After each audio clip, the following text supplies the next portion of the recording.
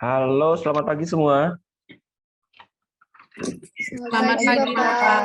Bapak. Baik, terima kasih. Jadi pagi ini kita kembali bertemu di Zoom meeting. Jadi karena masih dalam masa pandemi, kita harus tetap melakukan perkuliahan melalui daring. Nah, jadi mata kuliahnya hari ini bersama saya dengan keperawatan gawat darurat. Jadi topik yang kemarin sudah ada dengan triase, kemudian hari ini kita lanjutkan dengan airway breathing management. Jadi nanti untuk airway breathing management ini akan dilanjutkan dengan praktek untuk di laboratorium untuk melakukan tindakan intubasi. Jadi sebelum kita mulai mungkin ada pertanyaan? Belum ada, ya. Baik. Kalau begitu mungkin ada sedikit yang berbeda dari yang sebelumnya. Hari ini saya akan mulai dengan sebuah kuis terlebih dahulu untuk mengkaji apakah rekan-rekan yang ada di sini sudah sempat membaca ataupun sudah sempat mencari referensi terkait topik kita hari ini. Jadi saya akan membagikan kuis terlebih dahulu. Jadi saya akan berikan selama waktunya 10 menit. Saya kira cukup untuk mengisi 10 pertanyaan yang saya siapkan untuk mengetahui terlebih dahulu dari kemampuan rekan-rekan yang ada di sini. Saya akan bagikan tautannya di kolom chat. Jadi mohon bersiap untuk langsung mengklik dari tautan yang saya berikan. Jadi nanti saya akan tutup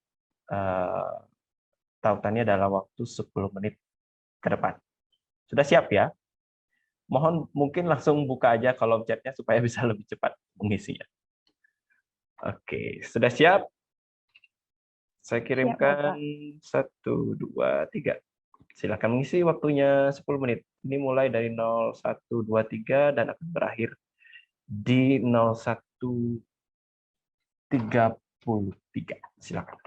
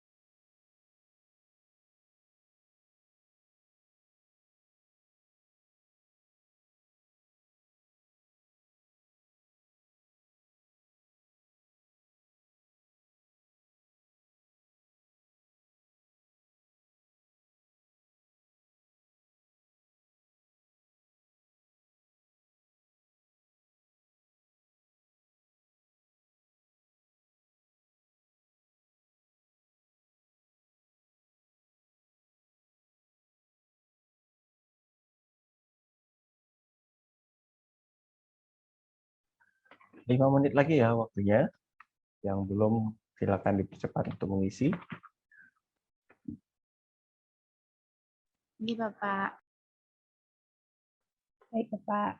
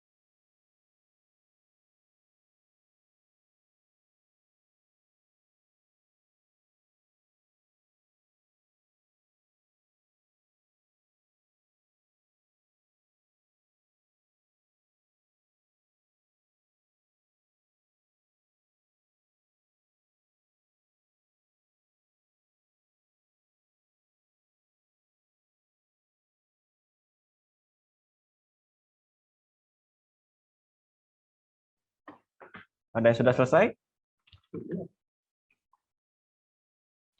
Anda sudah atau masih ada yang belum? Kita tunggu ya. Sudah Bapak. Ini sudah, Bapak. Pak. Sudah, Bapak. Sudah, Pak. Semua? Sudah. Sudah, Bapak. Baiklah. Oke, kita tutup kuisnya. Terima kasih. Jawabnya lebih cepat dari yang saya perkirakan ya. Mungkin soalnya sangat gampang mungkin ya. Baiklah. Oke, jadi bagaimana soal saya gampang kan? Semoga nanti itu bisa menjadi bantuan untuk nanti penilaian dalam UTS dan UAS sehingga nanti Anda bisa memperoleh nilai yang terbaik. Jadi untuk sekarang silakan silakan dicermati mungkin bagian mana yang tadi ada di soal yang sudah saya berikan. Kemudian apa yang Anda jawab tadi. Kemudian apakah sudah benar jawaban yang sudah Anda pilih tadi. Kira-kira sesuai atau tidak sesuai dengan apa yang diperkirakan sebelumnya atau memang sudah sempat membaca, syukurlah. Jadi sekarang saya akan bagikan di layar untuk materi tentang airway breathing management. Oke, sudah pernah melakukan tindakan ini mungkin sebelumnya? Sudah pernah praktek di rumah sakit dan sudah pernah melakukan airway breathing management? Belum, Bapak. Belum, Bapak. Baik. Nanti kalau sudah dapat materi ini bisa mungkin langsung melakukan tindakannya di rumah atau di rumah sakit ya. Oke. Jadi secara prinsip proses menolong pasien itu ada 3 poin yang penting untuk melakukan resusitasi. Yang pertama ada airway, kemudian yang kedua ada breathing, yang terakhir ada circulation. Nah, jadi ketiga poin ini yang bisa dilakukan untuk melakukan teknik resusitasi. Nah, kalau untuk airway breathing management ini bisa dilakukan sekaligus. Jadi ketika Anda akan melakukan tindakan pertolongan pada jalan nafas dan juga pada pernapasan, bisa dilakukan pengkajian sekalian. Nah, akan berbeda juga dengan di circulation. Karena lokasi yang berbeda, kemudian aliran yang berbeda, jadi untuk pengkajiannya sedikit berbeda dengan airway breathing management-nya. Oke, jadi kalau untuk di jalan nafas, Anda bisa bantu dengan membuka jalan nafas, kemudian di breathing Anda bisa lakukan pemberian ventilasi, dan kalau untuk di circulation, ini bisa dibantu dengan chest compression. Nah, kalau airway management ini tujuannya adalah untuk memastikan bahwa jalan nafas pasien itu paten. Kemudian pastikan tersedia dengan oksigen, karena ketika jalan nafas yang paten, kemungkinan pasiennya belum bernafas dan bisa jadi akan memerlukan oksigen yang cukup untuk mempertahankan pernapasannya. Lalu berikan ventilasi dengan tekanan positif dan bila pernapasan belum spontan. Kalau pernapasan belum spontan, bisa Anda bantu dengan pemberian BVM, backfeed mask, atau bahasa lumrahnya itu dikenal dengan ambu bag. Jadi bisa dibantu dengan ambu bag, kemudian pastikan pernapasannya kuat dan dicek saturasi oksigennya apakah sudah stabil atau tidak. Oke. Dari airway management ini yang menjadi permasalahannya adalah sumbatan. Jadi adanya sumbatan yang mengakibatkan korban ataupun pasiennya tidak mampu melakukan pernapasan secara spontan ataupun jalan nafas menjadi tersumbat. Jadi misalnya diakibatkan dari berpindahnya lidah jatuh ke belakang, jadi menutupi bagian jalan nafas sehingga tidak mampu bernapas secara adekuat. Ini biasanya disebabkan di awalnya akibat dari penurunan kesadaran sehingga lidah dari pasien akan jatuh ke belakang. Mungkin sering mendengar temannya ada yang mendengkur atau saudaranya atau ayahnya mendengkur. Jadi ini salah satu penyebab di mana kondisi mendengkur itu terdengar. Jadi lidah dari temannya atau saudaranya itu jatuh ke belakang sehingga terdengar suara mendengkur. Kemudian yang kedua bisa juga disebabkan dari adanya hilangnya tonisitas otot submandibular, sehingga akan mempengaruhi dari besaran dari jalan napasnya dan sehingga akan mengakibatkan terjadinya obstruksi. Oke. Nah, sebenarnya ada 3 cara yang bisa dilakukan untuk membebaskan jalan nafas tanpa harus melakukan sebuah pembedahan. Jadi ada 3 manuver. Yang pertama, ini dikatakan sebagai teknik standar atau teknik dasar untuk membuka jalan nafas. Jadi tanpa alat, hanya tinggal melakukan tindakan ini. Jadi ada head tilt, chin lift, dan jaw thrust maneuver. Ketiganya disebut sebagai trias maneuver. Nah, karena ketiganya ini bisa membuka jalan nafas pasien untuk melapangkan jalan nafas pasien. Untuk head tilt biasanya akan berdampingan dengan chin lift. Ketika pasiennya mengalami penurunan kesadaran, kita bisa bantu dengan head tilt dan chin lift.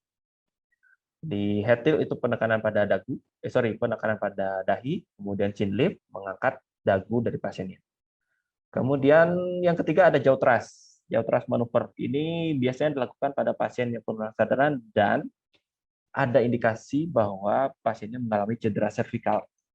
Nah, jadi kalau head tilt chin lift bisa dilakukan pada semua pasien. Sedangkan kalau jaw thrust maneuver hanya pada pasien yang diindikasikan terjadi cedera servikal.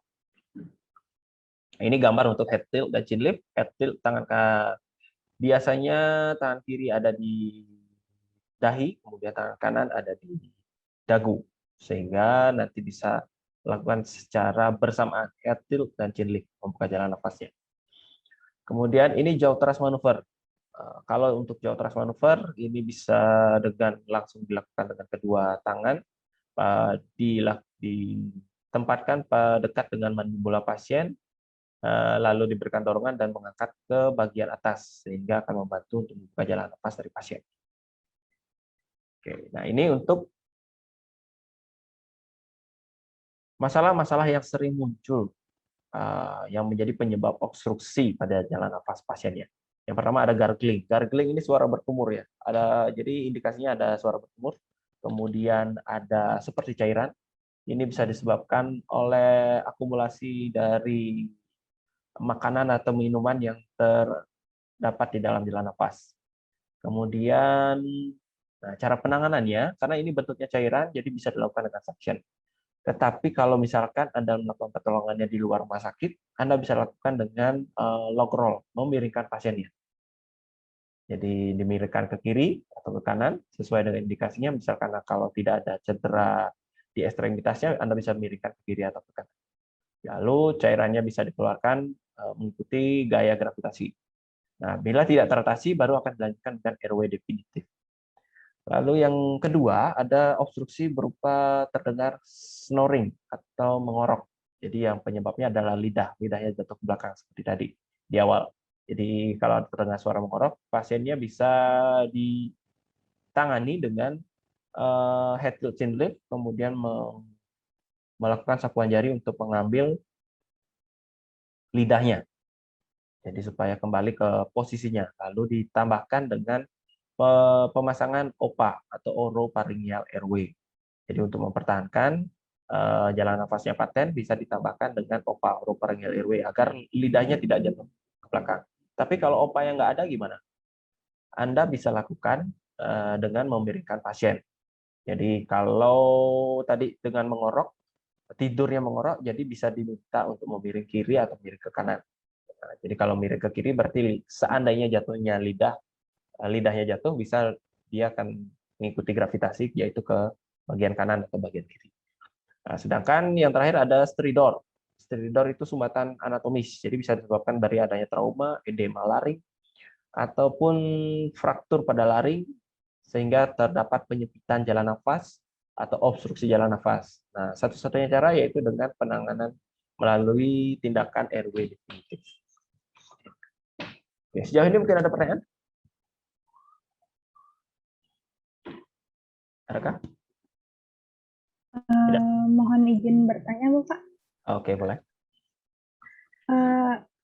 Bagaimana cara kita mengetahui perbedaan dari tindakan head tilt chin lift dan jaw thrust-nya, Bapak? Oke, baik. Jadi terima kasih Gung Tirta ya. Jadi kalau untuk airway breathing management ini tindakan sederhana ataupun basicnya itu seperti tadi saya paparkan ada head tilt chin lift dan jaw thrust maneuver. Nah, kapan dilakukan? Nah, ini prinsipnya berbeda sedikit. Jadi kalau untuk head tilt chin lift itu hanya bisa dilakukan pada semua pasien, siapapun pasiennya, kecuali kalau dia ada indikasi untuk cedera servikal. Jadi tidak boleh dilakukan head tilt chin lift pada pasien yang diindikasikan ada cedera servikal. Kemudian kalau untuk jaw thrust maneuver, ini satu-satunya yang bisa dilakukan pada pasien yang mengalami cedera servikal. Nah, sekarang harus bisa membedakan bagaimana pasien yang mengalami cedera servikal atau tidak. Itu yang harus diketahui terlebih dahulu. Jadi yang pertama bisa dilihat dari mekanisme jatuhnya. Jadi, kalau pasiennya Anda lihat proses kecelakaannya atau jatuhnya pasien, misalkan kepalanya jatuh terlebih dahulu, itu bisa Anda indikasikan sebagai nanti kondisi ada terdapatnya cedera servikal. Kemudian kalau Anda tidak ketahui mekanisme jatuhnya, traumanya, Anda bisa lihat dari adanya jejas di bagian leher pasien. Jadi kalau di leher pasien terdapat jejas warna kebiruan, itu sudah pertanda bahwa pasiennya mengalami cedera servikal. Jadi dengan kondisi itu Anda hanya bisa melakukan jaw thrust maneuver untuk melapangkan jalan nafas pasiennya. Gitu. Gimana? Terbayangkan mungkin sementara ini? Sudah, Bapak. Sudah terbayang, Bapak. Oke, baik. Terima kasih. Saya lanjut ya. Selanjut terkait obstruksi. Nah, kalau obstruksi total akan berbeda nanti respon dari pasiennya dengan obstruksi sebagian. Jadi kalau obstruksi total biasanya akan sulit untuk bernafas, kemudian wajah mulai kebiruan, dan dia akan memegang bagian leher. Jadi itu tanda bahwa pasiennya mengalami obstruksi total. Dia tidak bisa bernafas. Berbeda dengan obstruksi sebagian. Obstruksi sebagian bisa disebabkan oleh benda cair atau benda padat yang bentuknya lebih kecil sehingga akan mengakibatkan sumbatan jalan nafas sebagian. Nah, kalau untuk sumbatan total ini biasanya disebabkan oleh benda padat, misalkan bakso yang langsung ditelan tanpa dikunyah. Mungkin ada temannya tanpa mengunyah makanan, jadi langsung ditelan baksonya. Jadi itu akan menyebabkan tersumbatnya jalan nafas secara total, sehingga muncul tanda-tanda seperti yang saya paparkan bahwa tidak bernafas, kemudian dia akan memegang bagian lehernya seperti pada gambar. Lalu yang bisa Anda lakukan adalah tindakannya bisa Heimlich maneuver atau abdominal thrust atau back blow pada bayi. Nah, chest thrust juga bisa dilakukan. Nah, jadi nanti kalau ada teman yang tersedak, choking, Anda bisa lakukan pertolongan dengan Heimlich maneuver, abdominal thrust, ataupun chest thrust. Kalau pada bayi, Anda bisa lakukan dengan tindakan back blow. Nah, ini untuk gambar tindakan Heimlich maneuver pada pasien yang dengan kondisi sadar. Jadi pasiennya bisa diinstruksikan untuk berdiri ataupun duduk. Kalau berat badan pasiennya lebih berat dibandingkan Anda, bisa Anda instruksikan untuk duduk. Tapi kalau mungkin lebih ringan, Anda bisa lakukan dengan berdiri. Sedangkan kalau abdominal thrust, di sini tidak dilakukan pada ibu hamil. Jadi kalau ibu hamil nanti bisa dilakukan dengan chest thrust pada dada. Kemudian kalau untuk tindakan abdominal thrust, Anda bisa lakukan semua pasien kecuali pada ibu hamil. Jadi Anda bisa letakkan 2 jari di bawah posisi spadius, lalu posisikan jari Anda seperti ketika melakukan CPR, dan dorong ke atas, seperti pada gambar yang tertera di layar Anda. Dorong sampai sumbatannya keluar. Begitu juga kalau Heimlich maneuver, dorong sampai sumbatannya keluar. Oke. Nah, ini untuk posisi back blow. Sama karena namanya back blow, makanya tindakannya itu dilakukan mendorong ataupun menekan pada bagian punggung. Heimlich maneuver juga bisa dilakukan pada anak-anak ataupun pada pasien yang lainnya.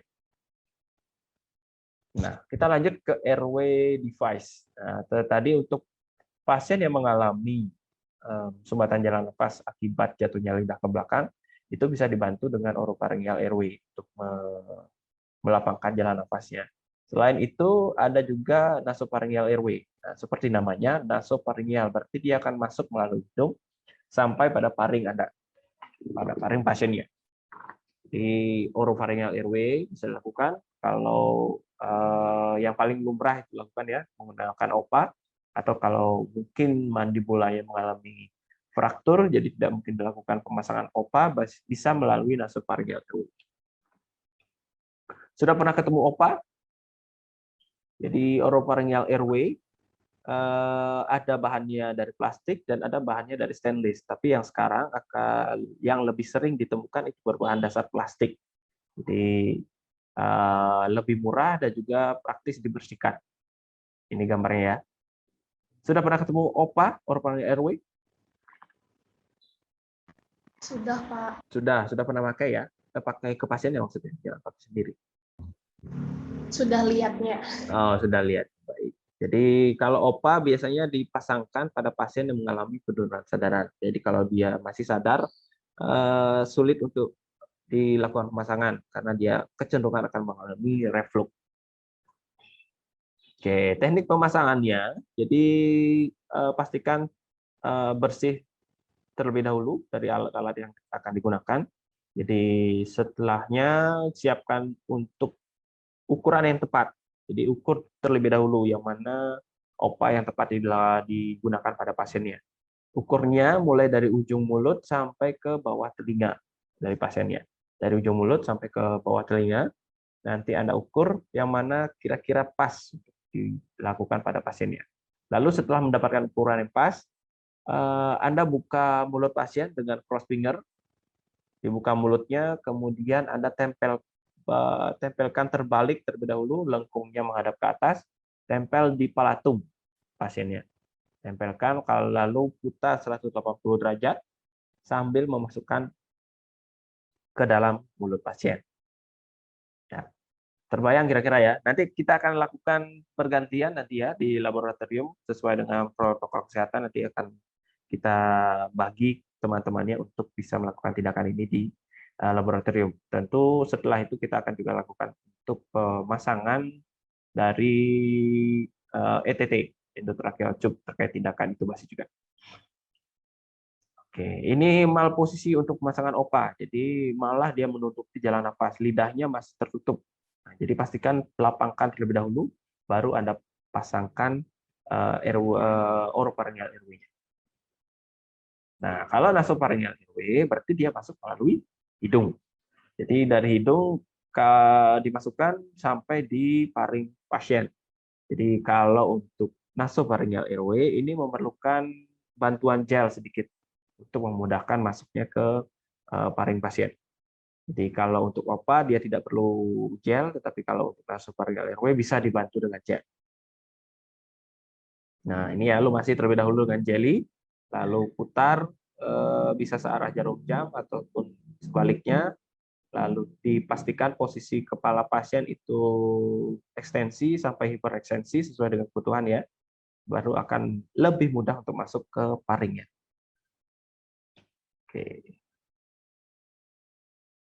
Nah, ini untuk pemberian oksigenasi ketika pasiennya sudah lapang jalan napasnya, sudah misalkan sudah terpasang OPA, sudah terpasang nasofaringal airway, nanti bisa diberikan melalui kanul ataupun face mask ataupun dengan prosedur yang lain yang memiliki tingkat konsentrasi oksigen yang lebih tinggi. Nanti sesuai dengan kasusnya dari pasien. Nah, ini untuk rumus kebutuhan pemenuhan oksigen dari pasiennya. Jadi bisa mulai dari ketahui volumotidalnya, biasanya akan kecenderungan sama, biasanya 500 cc untuk volumotidal. Kemudian hitung berat badan pasien, lalu respirasi rate pada saat pengkajian dilakukan, lalu dibagi dengan 1000. Nah, nanti akan ketemu berapa kebutuhan pasien untuk pemenuhan oksigen sesuai dengan respirasi rate dan berat badannya. Oke. Kemudian ini beberapa alat yang bisa digunakan untuk pemberian oksigen ya. Sudah pernah Anda lakukan, mungkin sudah pernah ketemu langsung. Ada oksigen, nasal kanul, face mask, ada dengan reservoir atau tidak, atau dengan venturi mask. Jadi sesuai dengan berapa konsentrasi yang diperlukan pasien dan berapa alirannya, berapa cc, berapa liter per menit dosis pemberian yang dilakukan pada pasiennya. Kemudian ini untuk nasal kanul, konsentrasinya biasanya sampai 44%. Jadi dengan aliran yang cukup rendah, biasanya 2-4 liter per menit. Lalu berikutnya adalah face mask dengan persentase lebih tinggi, 60%. Untuk alirannya biasanya 6-10 liter per menit.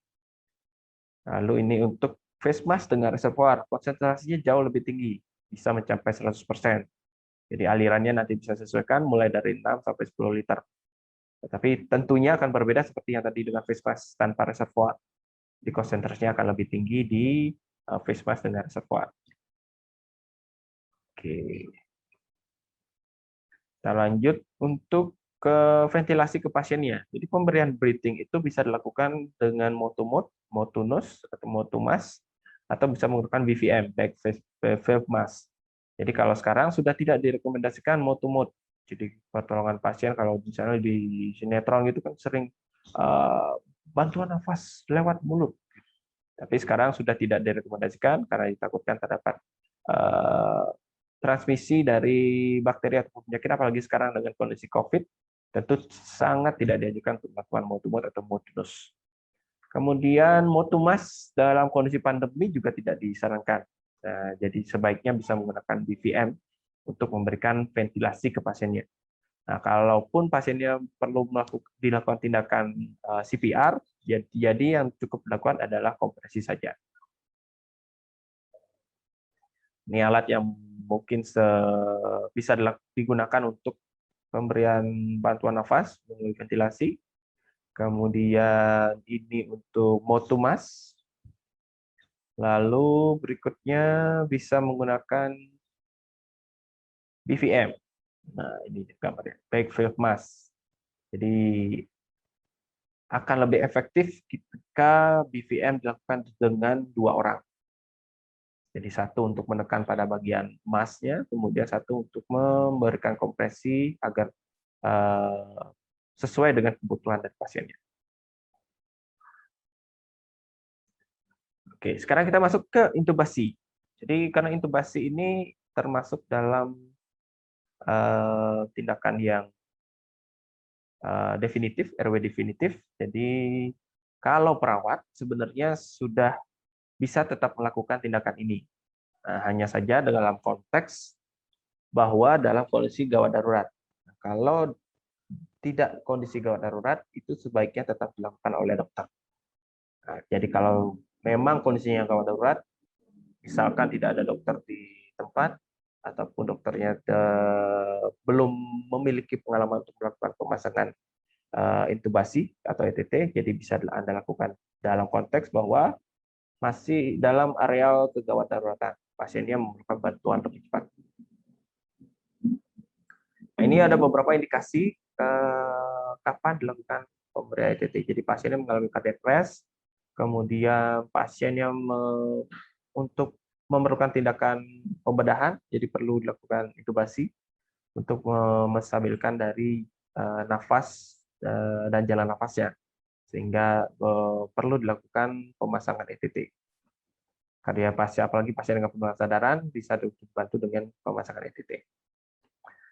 Ini beberapa alat yang bisa digunakan, mulai dari laryngoskop untuk membuka epiglottisnya, kemudian tracheal tube-nya, kemudian sharing-nya untuk memberi udara pada balon yang tersedia pada ETT, kemudian ada Margel forceps, kemudian lubrikan juga ya,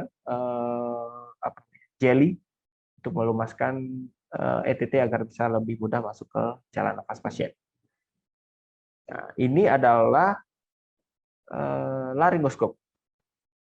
Jadi laryngoskop ini ada dua jenis bentuknya, ada yang Macintosh dan ada Miller. Yang Macintosh bentuknya agak melengkung, sedangkan kalau yang Miller ini lurus, jadi curve dan straight blade. Blade-nya yang berbeda. Kalau handle-nya tetap sama. Jadi yang lumrah digunakan di Indonesia itu yang Macintosh. Nanti akan bervariasi ukurannya sesuai dengan usia. Ya. Jadi ada mulai dari 0, 1, 2, hingga 3. Biasanya ukuran 3 menjadi ukuran yang paling panjang. Oke, kemudian, nah inilah yang nanti Anda cari ketika melakukan pemasangan ETT. Anda harus membuka epiglottisnya sampai melihat dari jalan nafas pasiennya. Ini yang akan Anda cari. Jadi disinilah Anda mau masukkan jalan ETT untuk membuka jalan nafas pasiennya. Jangan sampai nanti masuk ke bagian yang di bawah, karena untuk pemasangan ETT Anda berposisi di atas kepala pasien. Pasiennya supine posisinya, kemudian Anda ada di bagian kepala pasien sambil memegang tangan kiri untuk laryngoskop, kemudian tangan kanan untuk memegang ETT-nya. Anda buka dulu mulut pasien, Anda masukkan dari laryngoskopnya, Anda cari epiglottisnya, pastikan terangkat sehingga akan membuka jalan nafas pasien.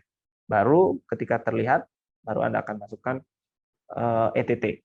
Nah, kalau biasanya ada di bagian atas, kalau di bagian bawah itu jalur dari gastrointestinal, kemudian yang di atas adalah jalur airway breathing.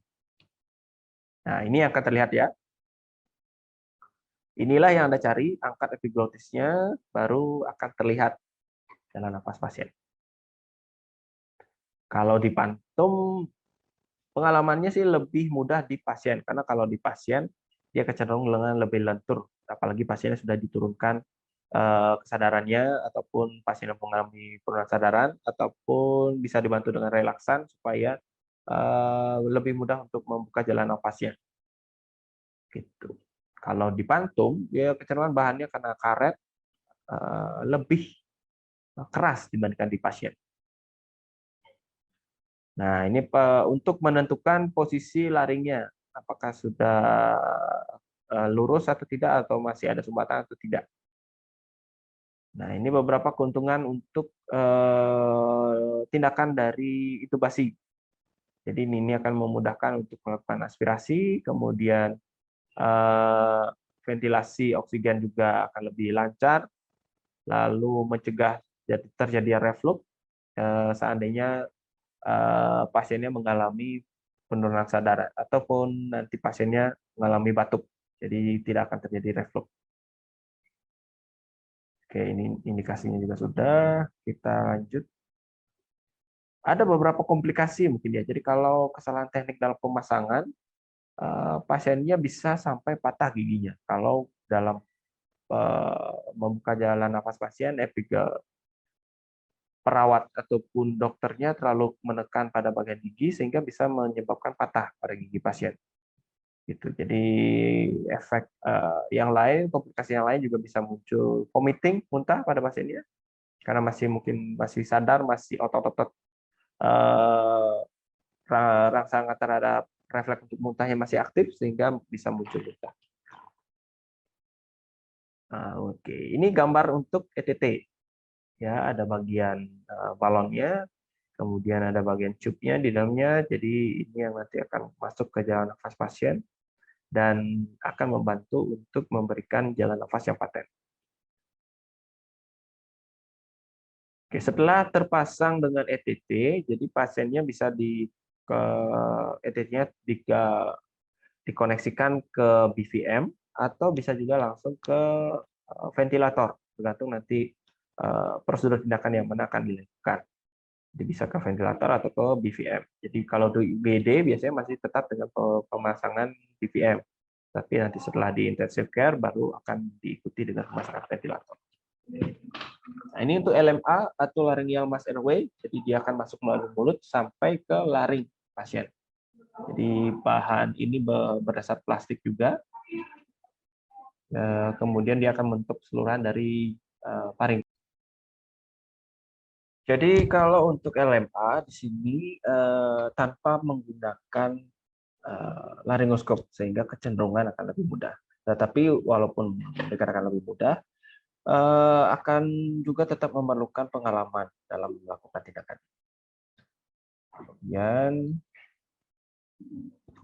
nah pasien yang sudah terpasang dengan LMA ataupun pasien yang sudah terpasang dengan ETT, perlu kita observasi, pastikan bahwa memang kondisi pasiennya masih dalam kondisi yang stabil, dalam artian saturasi oksigennya bagus, kemudian pasien yang bisa terbantu dengan pemasangan alat dari ventilator ataupun pernapasan melalui BVM. Bisa kita observasi dari pemeriksaan AGD, analisa gas darah, mulai dari pH, PaCO2, PaO2, saturasi oksigennya, dan juga HCl3-nya. Dari sini kita bisa observasi bahwa pasiennya apakah mengalami alkalosis respiratorik ataupun asidosis respiratorik, karena ini berkaitan dengan pernafasan, jadi kecenderungan permasalahannya adalah alkalosis respiratorik ataupun asidosis respiratorik. Nah, ini biasanya yang menjadi permasalahan untuk di gangguan pada asam basa. Jadi yang pertama ada asidosis respiratorik, lalu alkalosis respiratorik, ada asidosis metabolik, dan juga alkalosis metabolik. Jadi kalau secara mudahnya, ketika di asidosis berarti pH-nya turun. Jadi dia akan bersifat asam. Jadi apapun itu ketika pH-nya turun, akan menjadi asidosis terlebih dahulu. Baik itu nanti perlu kita kaji lebih dalam, apakah dia respiratorik ataupun metabolik. Nah, baru berikutnya kita observasi dari PaCO2 dan HCl3-nya. Jadi kalau dengan PaCO2-nya meningkat, kemudian HCl3- meningkat atau dalam kondisi normal, itu masuk dalam dengan pH turun, asidosis respiratorik. Sedangkan kalau alkalosis respiratorik, kondisinya adalah dengan pH yang meningkat, lalu PaCO2-nya menurun, dan diikuti dengan HCl3- yang menurun juga, ataupun kecenderungan normal.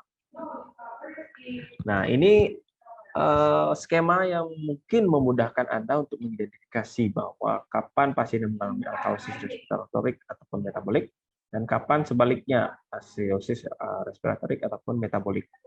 Jadi kalau ini saya harap sih bisa memudahkan Anda untuk menilai apa yang terjadi pada pasien yang mengalami gangguan asam basa atau tidak. Ya, jadi kalau skema yang ke kiri di layar Anda itu ada pH kurang dari 7,35, berarti pasiennya masuk dalam asidosis. Nah, karena pH-nya menurun, jadi dikatakan sebagai acidosis. Lalu diobservasi dari PCO2-nya, apakah kurang dari 40 mmHg atau lebih dari 40 mmHg. Jadi kalau kurang, masuk dalam metabolik, asidosis metabolik. Kalau lebih dari 40, masuk dalam asidosis respiratorik. Gampang ya? Semoga sih gampang. Mungkin setelah ini akan ada beberapa kasus, ada satu kasus yang akan saya tampilkan. Mungkin boleh di screenshot terlebih dahulu untuk memudahkan Anda mengidentifikasi nanti pasiennya apakah mengalami, dari kasus yang saya berikan, apakah mengalami asidosis respiratorik, metabolik, atau alkalosis respiratorik atau metabolik. Sudah ya, saya lanjut. Nah, ini yang lebih kompleks lagi. Apakah dia asidosis respiratorik terkompensasi sebagian, terkompensasi penuh, ataupun tidak terkompensasi. Akan berbeda lagi nanti di masing-masingnya. Jadi ada yang tidak terkompensasi, ada yang terkompensasi sebagian, ada yang sudah terkompensasi penuh. Nah, dari gambar ini Anda bisa identifikasi apakah pasiennya dalam kondisi yang sudah ditentukan dari pH, PaCO2, HCO3-, dan base excess-nya. Jadi 4 poin ini bisa Anda observasi untuk mengidentifikasi apakah masih terdapat gangguan asam basa pada pasien yang tidak. Oke, sekarang tiba saatnya untuk menguji kemampuan Anda dalam mengidentifikasi pasiennya mengalami gangguan asam basa atau tidak. Silakan. Ada yang tahu jawabannya? Apa yang terjadi pada pasiennya? Kalau ada yang sudah tahu, boleh di open mic untuk menjawab.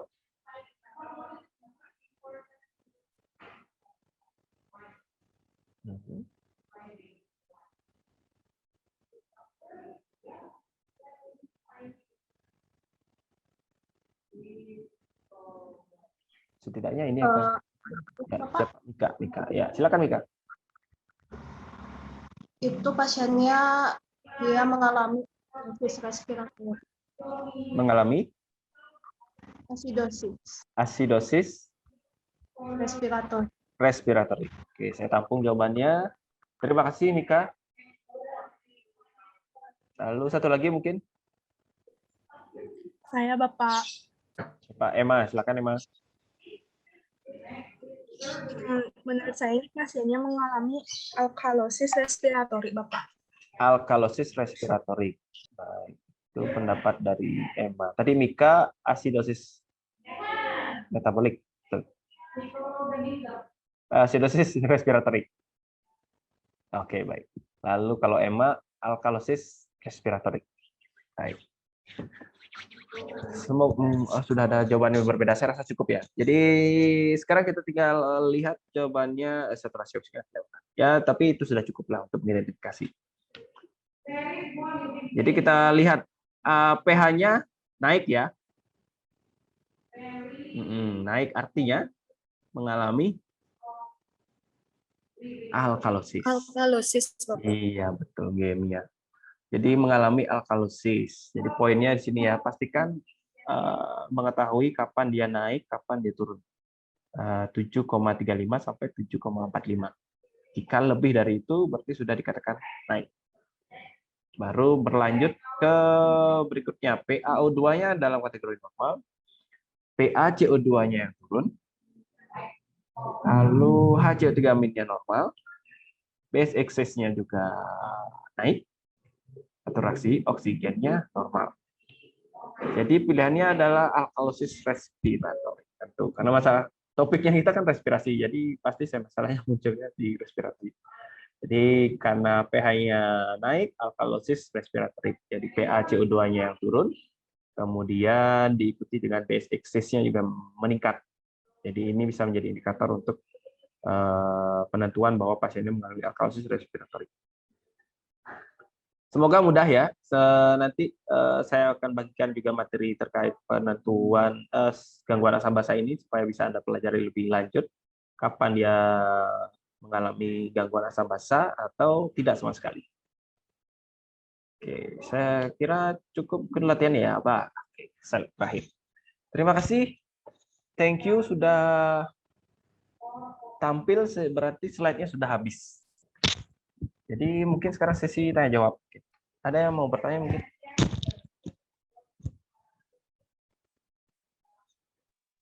Bapak izin bertanya, Pak. Oke, silakan Mika. Eh, dalam kondisi bagaimana nggih, intubasi tersebut dilakukan, Pak? Dalam apa? Dalam Kondisi yang bagaimana? Kapan kondisi sih yang intubasi kapan? dilakukan? Oke, baik. Indikasinya ya. Baik, terima kasih Mika pertanyaannya. Jadi kalau pasien yang dilakukan tindakan untuk intubasi, ini yang pertama bisa dengan kondisi pasiennya ada jadwal OK atau ada jadwal apa namanya, yang direncanakan untuk melakukan tindakan operasi. Jadi pasien akan dilakukan tindakan intubasi untuk tetap menjaga jalan nafasnya paten dan respirasinya normal, saturasi oksigennya juga normal. Itu yang pertama. Kemudian yang kedua, yaitu pada pasien yang mengalami gangguan jalan nafas yang tidak teratasi dengan basic trias dari manuver yang tadi. Nah, jadi kalau airway breathing management, dari Hertel chin lift jaw thrust manuver tidak teratasi, nanti bisa dilanjutkan dengan airway definitif. Airway definitif itu salah satunya adalah pemasangan ETT atau tindakan intubasi. Nah, dari intubasi ini diharapkan mampu untuk melapangkan jalan nafas pasien. Jadi kalau pasiennya misalkan ada fraktur mandibula, jadi bisa dilakukan intubasi melalui hidung. Kemudian kalau misalkan pasiennya kecelakaan, fraktur, dan harus ada segera tindakan operasi, itu bisa dilakukan dengan pemasangan melalui intubasi melalui mulut, endotracheal tube. Gitu. Begitu Mika, terbayang ya? Oke, baik. Mungkin ada yang pernah pengalaman mendapatkan tindakan intubasi mungkin? Oh, semoga belum ya. Semoga tidak ya, bukan belum. Semoga tidak pernah mendapatkan tindakan intubasi dan semoga pernah nanti melakukan tindakan intubasi.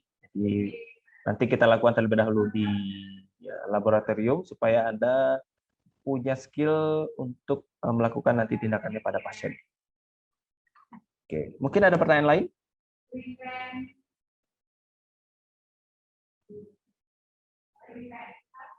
Tidak ada. Dari saya tidak, Bapak.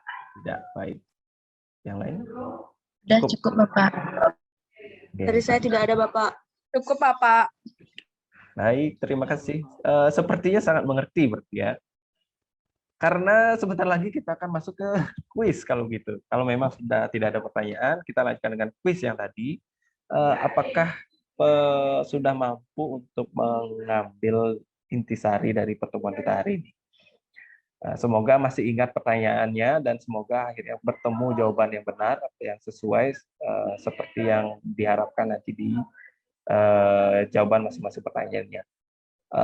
Mungkin karena tadi waktunya sangat cepat Anda bisa menjawab, berarti akan dikurangi juga waktunya untuk menjawab sesi kali ini. Tadi sepertinya 7 menit sudah selesai ya. Jangan-jangan itu ngawur ya. Semoga nggak ngawur ya. Jadi sekarang saya akan bagikan melalui kolom chat. Nah, mohon bersiap, mungkin bisa langsung membuka kolom chatnya. Saya akan bagikan kuisnya. Mohon bersiap. Waktunya saya rasa 5 menit cukup ya. Mohon lebih cepat tangannya untuk memencet tombol jawaban A, B, C, dan E supaya waktu 5 menit bisa terselesaikan keseluruhan jawabannya. Siap? Kita mulai 5 menit.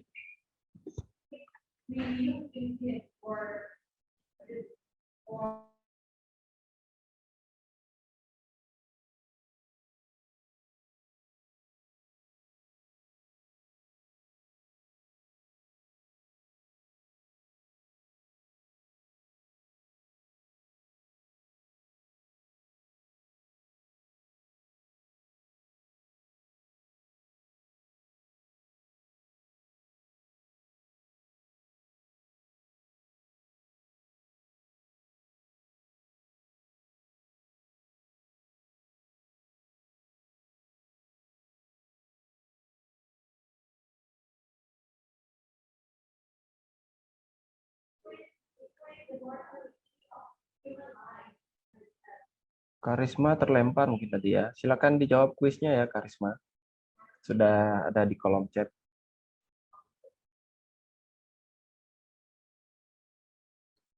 Waktunya 5 menit, sayang. Mohon lebih cepat.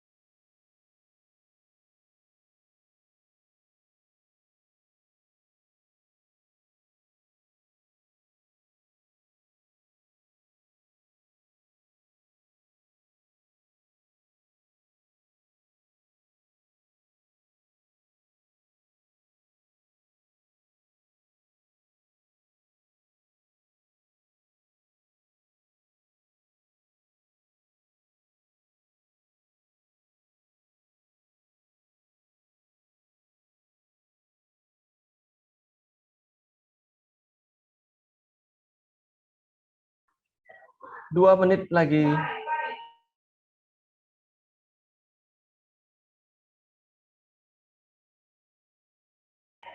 Ekspresinya meyakinkan. Bisa semua ya. Sudah, Bapak. Sudah, Bapak. Sudah, Bapak. Sudah, Bapak. Sudah, Bapak. Ntar dulu, masih lagi 7.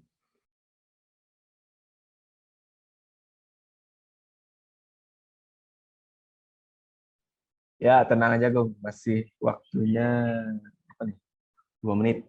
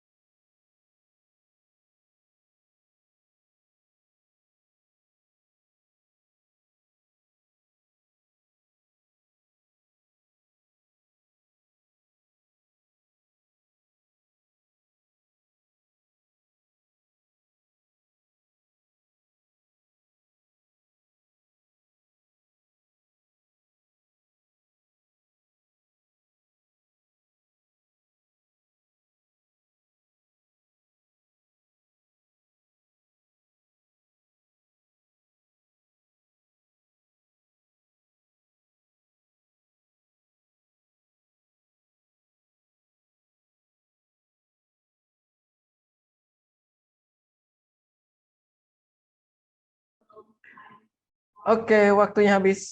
Sudah semua ya? Saya harap sudah semua sih. Gong, sudah selesai, Gong? Sudah, Bapak. Sudah, Pak. Sudah, Bapak. Baik, Sudah, syukurlah. Bapak. Sudah terisi semua ya. Oke, sudah terisi semua. Mita mungkin boleh minta sedikit pop ice-nya mungkin. Enggak. Enak ya sambil minum segar. Oke, jadi seluruh rangkaian dari perkuliahan hari ini sudah selesai. Mungkin ada pertanyaan? Nggak ada. Sudah cukup, Bapak. Sudah cukup. Dari saya tidak ada, Bapak. Pak. Baik, terima kasih. Jadi pretest sudah, lalu pemaparan materinya juga sudah, postes juga sudah. Nanti untuk hasil pretest dan postesnya akan dikirimkan ke surel masing-masing. Jadi pastikan nanti tetap aktif untuk kuotanya supaya notifikasinya bisa langsung masuk ke handphone dan bisa lihat nilainya berapa. Semoga sesuai dengan keyakinannya hari ini untuk mengisi kuisnya ya. Semoga nilainya juga yakin, semakin yakin. Oke, jadi saya izin tutup untuk pertemuan hari ini ya, karena sudah semua kita selesaikan. Jadi untuk pertemuan berikutnya nanti kita akan lanjutkan prakteknya. Karena hari ini sudah kita selesaikan secara teorinya, di minggu depan kita lakukan prakteknya di laboratorium. Nanti mohon dibagi untuk rekan-rekannya agar bisa sesuai dengan protokol kesehatan. Oke. Nanti mungkin setiap sesi sesi laboratoriumnya kita bagi maksimal ada 5 orang supaya nanti bisa sesuai mengikuti dengan protokol kesehatan. Gitu ya. Nanti lebih lanjut bisa nanti hubungi saya untuk orang-orang yang nanti akan terbagi di dalam praktek minggu depan. Oke, kalau begitu mohon nanti disiapkan pertemuan minggu depan, bisa dipelajari dulu prasatnya agar bisa lebih mudah dalam memahami nanti dari tahap-tahap melakukan tindakan ETT. Baik, kalau begitu saya mohon izin untuk menutup pertemuan hari ini. Terima kasih sudah mengikuti dengan antusias. Semoga dapat menambah keilmuan Anda tentang kepelatihan gawat darurat, terutama dalam airway breathing management. Silakan melanjutkan aktivitas. Terima kasih. Selamat siang. Terima kasih Bapak. Selamat siang, Bapak. Siang, Bapak. Terima kasih, Bapak. Ya, peregangan sudah selesai kuliahnya.